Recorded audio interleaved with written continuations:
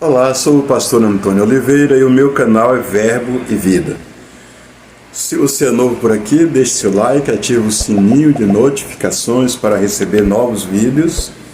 Inscreva-se no canal, comenta e compartilha para que outras pessoas possam também receber essa mensagem e vir a ser abençoado.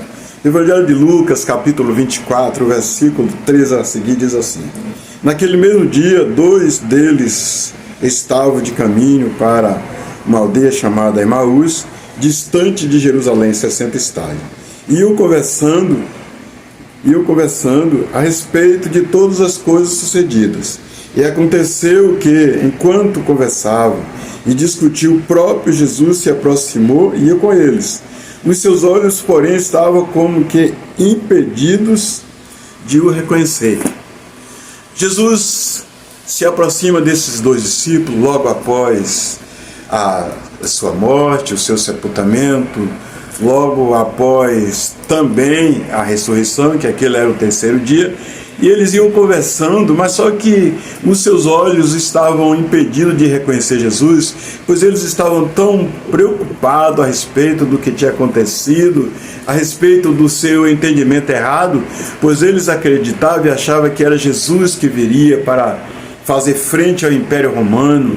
Jesus viria para ser o libertador de Israel. Jesus viria para levar Israel a assumir uma posição de independência e com o seu próprio rei, que era Jesus.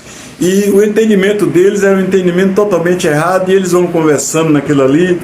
E nessa conversa, com certeza, eles estavam deixando transparecer a sua frustração, suas decepções a respeito do que tinha ouvido, do que Jesus teria prometido, e eles também não entenderam.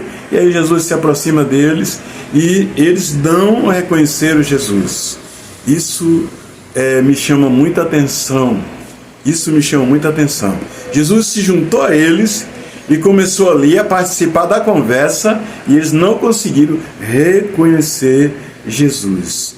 Precisamos tomar cuidado, porque muitas vezes nós estamos em uma caminhada diante de situações adversas, diante de acontecimentos, diante de frustrações, decepções, e às vezes o Senhor vem ao encontro para nos ajudar, para nos abençoar, para nos conduzir, mas nós estamos tão focados naquele acontecimento, estamos tão focados de forma errada, que somos incapazes de ver a ação do Senhor, de ver Jesus agindo naquilo ali, de ver que o que aconteceu foi algo melhor, para algo maior de Deus para as nossas vidas.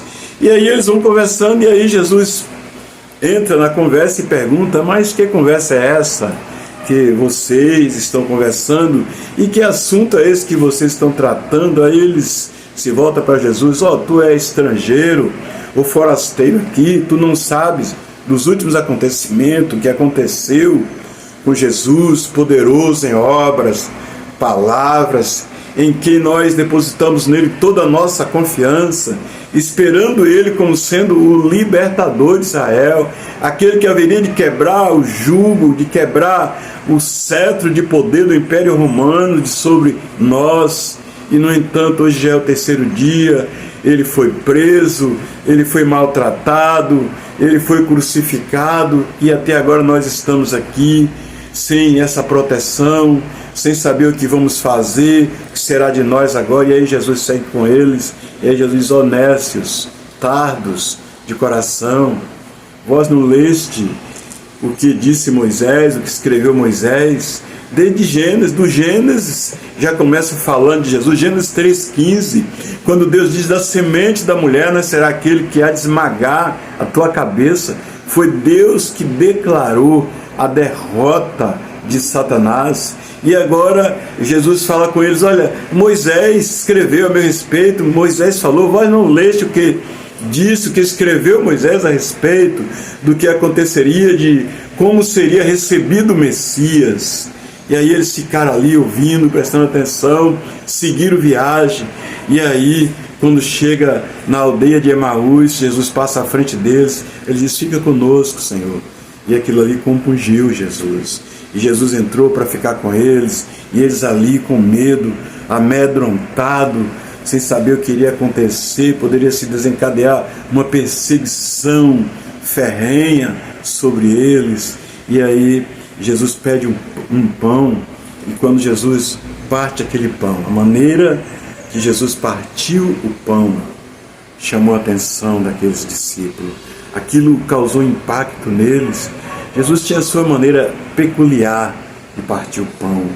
Jesus, ele também era rei de justiça.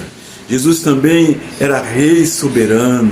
Jesus também, ele conhecia e ele experimentou o sofrimento humano, que era ser humano, que era ser homem. Apesar de Deus, ele também era homem. E aí eles abriram os olhos. Quando eles abriram os olhos, aí lembraram, porventura não queimava o nosso peito, o nosso coração, dentro de nós não queimava, quando ele expunha as Escrituras, o que prova que a exposição da palavra de Deus, a exposição das Escrituras, ela faz queimar o coração do homem. E aí ele diz, poxa, quando ele falava, porventura, ardia, queimava o nosso coração. E aí, quando Jesus expõe aquilo ali, que parte o pão, depois Jesus desaparece e eles aí voltam para Jerusalém para se juntar aos outros discípulos. Mas eu quero chamar a sua atenção aqui para o seguinte detalhe, é que quando nós estamos muito preocupados com os acontecimentos externos, com os problemas que nos cercam, com os acontecimentos os quais nós também estamos inseridos no contexto, às vezes a gente precisa tomar cuidado para que isso não venha a fazer com que percamos a visão do Senhor. Não podemos de maneira nenhuma fechar os olhos, não podemos de maneira nenhuma nos permitir que sejamos impedidos de reconhecer Jesus, de reconhecer a exposição das Escrituras, de reconhecer que precisamos voltar para o que está escrito na palavra de Deus. Precisamos voltar para o que está escrito, precisamos voltar para o que a Bíblia diz, pois nenhuma da palavra do Senhor se deixou de se cumprir. Precisamos voltar para a palavra de Deus. E foi isso que Jesus fez com aqueles discípulos. Quando Jesus os levou de volta para as Escrituras, expondo aquilo que estava lá desde o Velho Testamento, aquilo queimou no peito deles. E Jesus seguiu. Mas na frente lá, quando Jesus entrou com eles na casa que Jesus partiu o pão, eles viram a diferença. E eles viram que aquele homem não era apenas um cidadão estrangeiro, não era alguém de fora, mas era alguém que era familiar a eles.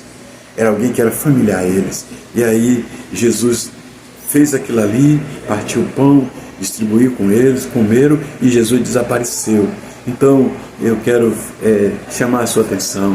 Fique atento para o que diz a palavra de Deus, para o que diz as Escrituras, porque muitas vezes você está em uma situação, você está caminhando em uma direção e Jesus está vindo ao teu encontro, e Jesus já se aproximou de ti, e Jesus já está falando ao teu coração, Ele está te levando para as promessas da palavra de Deus, Ele está te levando para que tu possa crer que foi Ele quem disse, eis que estarei convosco todos os dias até a consumação dos séculos.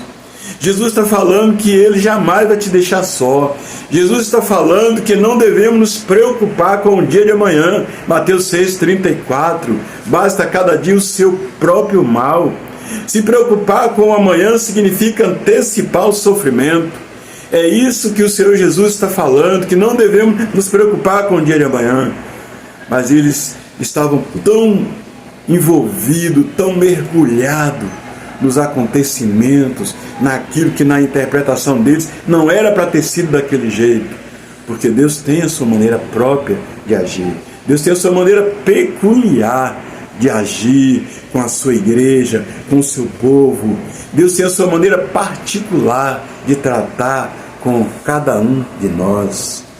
Por isso eu quero te dizer, abra os teus olhos, Não permita que a cegueira espiritual te impeça de ver a ação de Deus na tua vida, a ação de Deus em prol de você, o cuidado de Deus em prol da tua vida, da tua casa, da tua família, da igreja do Senhor Jesus. Fica atento, abre os teus olhos, fique esperto.